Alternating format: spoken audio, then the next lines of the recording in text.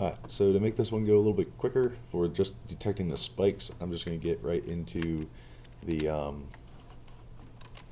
file. So it is this one right here, where SpyKid traffic history, and this one has a spike of traffic history in it. So just sqlite 3, come back and check if this works. So check our tables, cool, and then check our schema, make sure that everything is okay. So we have our table with ID, integer, URL, timestamp, same as before. So now what we're going to do is we're going to see if we can find any activity. So we're going to basically put these timestamps into groups of weeks. And then I'm just going to go through and copy this line from line. So from our web browser history, and then we're going to group it by week.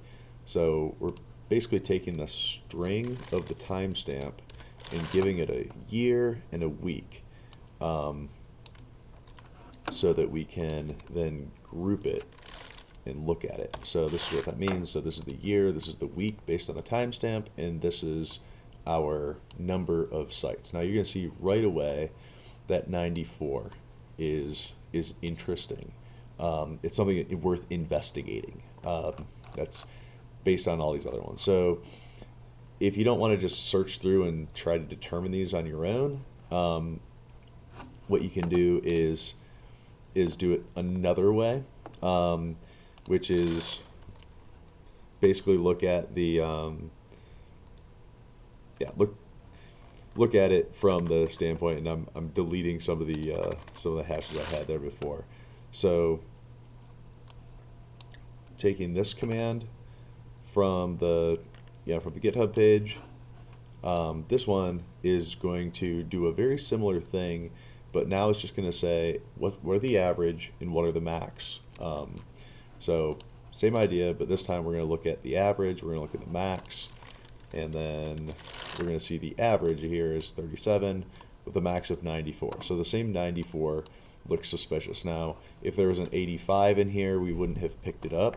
So that's like a quick way of seeing things, but it's just not nearly as detailed. You could order them descending if you wanted to, or you could just kind of drive on. All right, so now we're going to look at another more complex way of looking at it, which is actually creating our own threshold. And yeah, so I'm going to take this guy and try to explain this one through. So similar idea as to our other ones, but this one and this time, what we're going to do is we're going to say where we're only going to show where the visit count is greater, the weekly visit count is greater than the average visits by 1.5 times. And once again, we get that 94. So it's 1.5 times greater than the average web traffic. So something's going on in that week that we need to investigate. If we just looked at the overall traffic, there's like 1,000 records in here. Sometimes there's going to be 10,000. So narrowing it down is important. So now we're just going to investigate that singular week. So we're going to isolate that. We're going to look at just the top 5 websites looked at in that week. And so select URL, count. I think I have to change that to back to URL from last time, because I remember last time we did this, the count asterisk was not supported. For ours, we're going to assume they always go to a URL.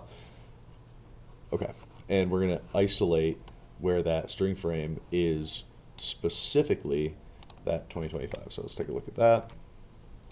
And here we go. So we have our top 5 sites from that week, and it looks like the CIA.gov/SpyKids had 70 visits that week, which really kind of put it over the top. So that's how you find a spike in traffic and then investigate what the cause of that spike was. You can always adjust this limit to 50. It'll tell you all the counts, but as long as you have it counted by descending, you're fine. All right, that is it for that one. That's the more advanced version. You're going to have that one as well.